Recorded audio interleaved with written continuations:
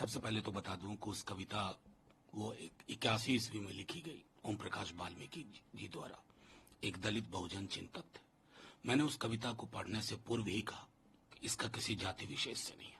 मैंने कहा हुआ ठाकुर मेरे अंदर भी हो सकता है। वो प्रभुत्व का प्रतीक है, वो किसी भी जाति धर्म में हो सकता है। उसके बाद मैंने वो कविता पढ़ी और संदर्भ था महिला आरक्षण बिल में पिछड़ों की इंक्लूजन का। उसके बाद कुछ प्रतिक्रियाएं हुई। हमने अपनी तरफ से कोई प्रतिक्रिया नहीं दी, क्योंकि संसद के पटल पर मेरे भाषण को, दिए गए भाषण को जो कोई सुन लेगा, पूरा व्हाट्सएप फॉरवर्ड नहीं, पूरा भाषण, वो ये बात मानेगा कि इसका किसी जाति विशेष से कोई ताल्लुक नहीं था, प्रभुत्व की के व्याकरण के संदर्भ में था। लेकिन मैं देख रहा हूं उसके बाद लोग अंट शंट टेलीफोन कॉल कर रहे हैं। एक अभी आया।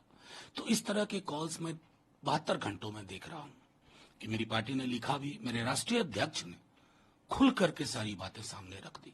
उसके बाद भी अगर ये विवाद है ना, तो इस विवाद के पीछे कुछ ऐसे तत्व हैं जिनको दलित बहुजन समाज की चिंता से कोई फर्क नहीं पड़ता, जिनको ये नहीं समझना है कि कविता क्या थी, उसके पूर्व और उसके पश्चात मैंने क्या कहा। अब जाहिर तौर पर अगर समाज की ये स्थिति है तो मैं क्या कहूं। लेकिन सर, जो धमकी वाले देखिए, अब वो इस तरह की अब शब्द गला काट लूंगा, ये कर दूंगा, वो कर दूंगा, मैं उसमें जाना ही नहीं चाहता।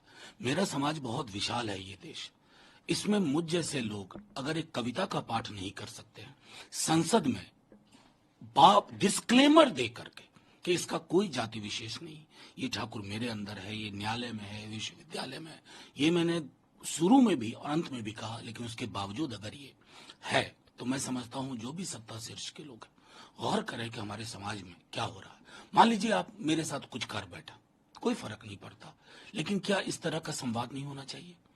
क्या उत्पीड़न के व्याकरण पे बात नहीं होनी चाहिए? बस मैं इतना कह करके इसको रखता हूँ। लेकिन सर, आपको डर नहीं लगता अगर जान से मारने की धमकी मिल देखिए, तो?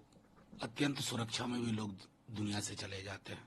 अगर मैं सिर्फ ये समझता हूं कि ये मेरे व्यक्तिगत चिंता के विषय नहीं है। इस देश के लिए क्या ऐसा होगा कि एक कविता पढ़ी जाए पार्लियामेंट में, उसके बाद कोई कहे कि सर काट देंगे, ये कर देंगे, वो कर देंगे? तो ये बाकी लोग जो हैं वो इस पर सोचें। जिनेवा कन्वेंशन का भी जिक्र किया है, उनका ये कहना है